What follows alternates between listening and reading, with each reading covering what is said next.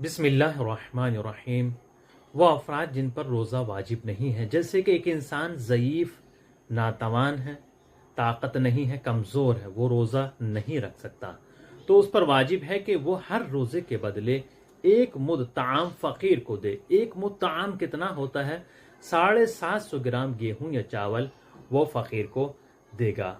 तो सवाल ये होता है, क्या वो चंद रोज़े का ताम एक साथ फ़कीर को दे सकता है या हर रोज़ वो अलग अलग फ़कीर को देगा?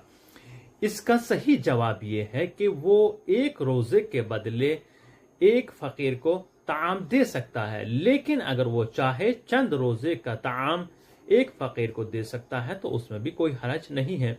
यानी वो चाहता है 10 रोज़े का एक साथ वो अदा कर दे एक मर्तबा में ही, तो उसमें भी कोई हरज नहीं है।